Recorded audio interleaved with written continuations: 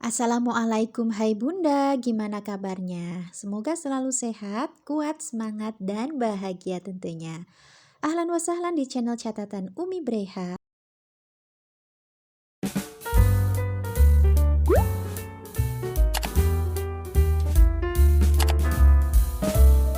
Bun, pernah nggak ngalamin udah susah-susah nabung, capek-capek nabung, kepake melulu. Rasanya jadi males kan nabung lagi, merasa diri selalu gagal. Kalau ada yang pernah merasakan hal demikian, boleh ya komen-komen di kolom komentar. Tenang aja Bun, kita sabar dulu ya. Yuk mari kita coba cek dan pelajari dulu penyebab misterius hilangnya tabungan kita. Penyebab gagal nabung apa saja sih? Nah, yang pertama, apakah setelah nabung kita merencanakan kegunaan uang? Nah, maksudnya gini ya, sebelum kita menentukan untuk menabung, apakah kita sudah merencanakan dulu kegunaan-kegunaan uang atau gaji kita per bulan itu ya? Nah, untuk perencanaan kegunaan uang supaya jelas, lebih baik catat dulu kebutuhan-kebutuhan apa saja yang harus kita penuhi setiap bulannya. Nah, yang pertama, misalkan pengeluaran wajib setiap bulan, seperti bayar listrik, bayar cicilan rumah, kalau ada cicilan ya, atau bayar kontrakan, kalau misal masih ngontrak, atau bayar cicilan motor, cicilan mobil, atau hutang-hutang yang lain jika punya hutang. Lalu bayar juga SPP sekolah ya, uang sekolah ini juga termasuk kebutuhan ya, pengeluaran wajib setiap bulannya. Kemudian bayar listrik, bayar PDAM, bayar WiFi, bayar pos keamanan misalkan ya. Nah, itu kita harus anggarkan.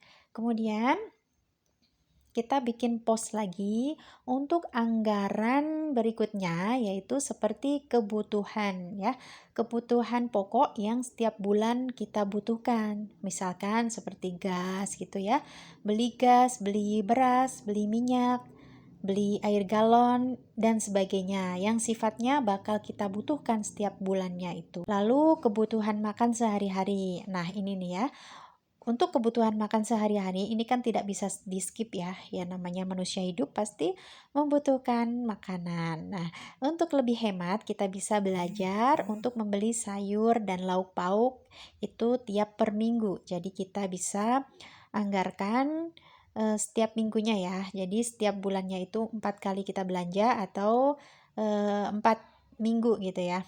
Nah, minggu pertama kita anggarkan berapa, kedua, ketiga, dan keempat gitu.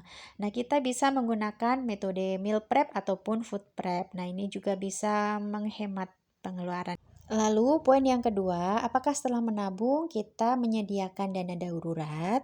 Karena penting banget dana darurat ini ya, kegunaannya tentu saja ini bisa menjadi penyelamat dalam tanda kutip ya, dalam kondisi yang tidak terduga. Misalkan saat ada keluarga yang lagi sakit, atau ada saudara yang melahirkan, atau ada saudara yang nikahan gitu ya, kita bisa mengambil anggaran tersebut. Jadi tidak mengganggu pos-pos keuangan yang lain. Untuk poin yang keempat, apakah masih punya hutang atau cicilan, tapi masih tetap memaksakan diri untuk menabung? Nah, ini ya biasanya salah satu penyebab gagalnya menabung. Nah, untuk hutang atau cicilan ini kan sifatnya wajib ya. Nah, ini lebih wajib daripada menabung, maka ini harus kita penuhi terlebih dahulu sebelum kita menentukan untuk menabung. Nah, jika poin-poin yang tadi kita sebutkan itu ada beberapa yang jawabannya iya atau yang belum kita penuhi, nah itulah penyebabnya mengapa kita selalu gagal untuk menabung ya. Makanya harus kita evaluasi dan kita atur lagi ya. Lalu bagaimana caranya supaya kita bisa menabung? Nah, ini ada beberapa tips ala Umi Breha. Tips yang pertama yaitu agar kita tidak gagal menabung, yang pertama, kumpulkan dana darurat minimal 1 kali biaya hidup per bulan. Jadi kita wajib untuk membuat pos dana darurat minimal 1 kali biaya hidup. Jadi sebulan itu sudah ada dana darurat gitu. Kita sudah mempersiapkan biaya untuk dana darurat.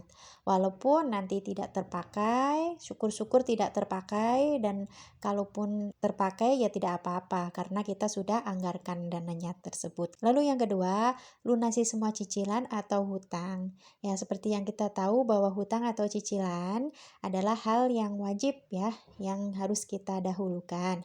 Maka harus kita prioritaskan terlebih dahulu. Lalu yang ketiga, mulai menabung 3-6 kali biaya hidup per bulan. Jadi sebelum kita merencanakan menabung, kita harus siapkan dulu biaya hidup selama beberapa bulan ke depan. Jadi sudah aman ketika kita menabung. Lalu tips dan saran yang terakhir supaya tidak gagal menabung yaitu budgeting, budgeting, dan budgeting. Kenapa? Karena budgeting itu penting supaya kita tahu mana kebutuhan, mana yang harus kita dahulukan, dan anggaran-anggaran apa saja yang harus kita persiapkan. Nah, semuanya bisa terencana dan lebih tertata. Kalau semua sudah terencana dan tertata, tentunya akan lebih mudah dalam mengatur keuangan kita.